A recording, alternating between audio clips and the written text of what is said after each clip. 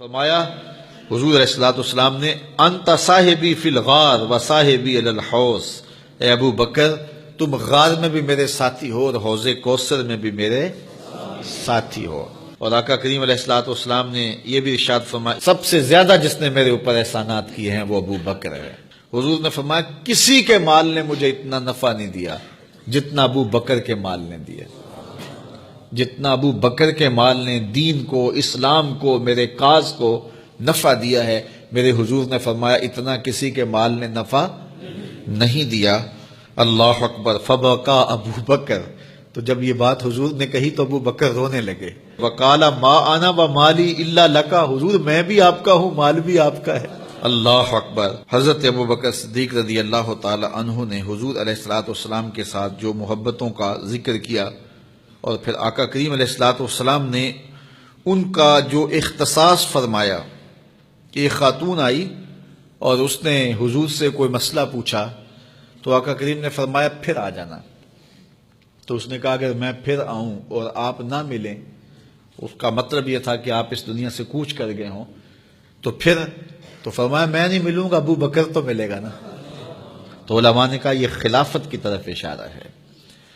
حضرت ابو بکر صدیق رضی اللہ تعالیٰ عنہ سے بہت زیادہ حضور پیار کرتے تھے، اور آقا کریم علیہ الصلوۃ والسلام نے اپنی زندگی میں 3 دن ان کو مصلی پہ کھڑا کیا ایام مرض میں، پھر 17 نمازیں حضور کی موجودگی میں حضرت ابو بکر صدیق نے پڑھائیں، پھر حضور کا وصال ہو گیا، اور یہ دردناک لمحے تھے حضور کے وصال کے۔ اللہ اکبر۔ صحابہ کے کلیجے جل گئے۔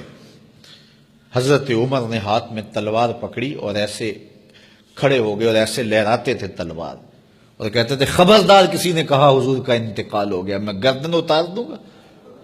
کوئی وصال نہیں ہوا حضور کا، حضور تھوڑی دیر بعد اپنی حالت پہ آ جائیں گے، یہ سکتے کی کیفیت ہے۔ حضرت زید بن عبداللہ کے بیٹے نے جا کے کہا ابا جی حضور کا انتقال ہو گیا، تو انہوں نے باغ میں پانی دے رہے تھے، سب کام چھوڑ دیا، ہاتھ اٹھائے گا اللہم اذہب بصری حتی لا ارا بعد حبیبی محمد احدا، اے اللہ مجھے اندھا کر دے، آنکھوں کے دیے اس لیے روشن تھے کہ تیرے محبوب کو دیکھوں، جب حضور چلے گئے ہیں تو میں نے یہ چراغ کیا کرنے ہیں، بجھا دے ان چراغوں کو۔ تو کیا کیفیت تھی۔ حضرت فاطمہ بول رہی ہیں صبت علیہ مصائب لو انہا صبت علی الایام سرنا لیالیا، میرے اوپر وہ مصیبتیں ٹوٹی ہیں اگر یہ دنوں پہ ٹوٹ پڑتی تو دن کالی راتیں بن جاتے۔ تو تھوڑی خبر تھی حضور کا وصال۔ اچھا جب یہ کیفیت تھی صحابہ کی، اس نازک موقع پہ چونکہ منافق اندر ہی ہوتے ہیں تو منافقوں نے ایک کھیل کھیلا، وہ صحابہ میں پھیل گئے اور کہنے لگے واہ واہ حضور کے دم سے رونقیں تھیں، مسجدیں آباد تھیں، سجدے تھے، قرآن کی تلاوت تھی، اب کس نے نماز پڑھنی ہے میاں، اب کس نے روزہ رکھنا ہے، اب کس نے زکوٰۃ دینی ہے، اب کس نے حج کرنا ہے، ختم کہانی ختم کہانی، یہ بات کرنی شروع کر دی۔ اب یہ بڑی نازک صورتحال، تو کیا حضرت ابو بکر کا کلیجہ نہیں جل رہا تھا؟ لیکن اس موقع پہ حضرت ابو بکر کھڑے ہوئے، اور پھر حضرت ابو بکر صدیق نے لوگوں سے مخاطب ہو کہا لوگوں مجھے ایک بات بتاؤ کہ تم اللہ کی عبادت کرتے تھے یا حضور کی کرتے تھے؟ لوگوں نے کہا کہ اللہ کی۔ تو کہا کہ کیا حضور کے وصال کے بعد تم اللہ کی عبادت چھوڑ دو گے؟ کہا نہیں۔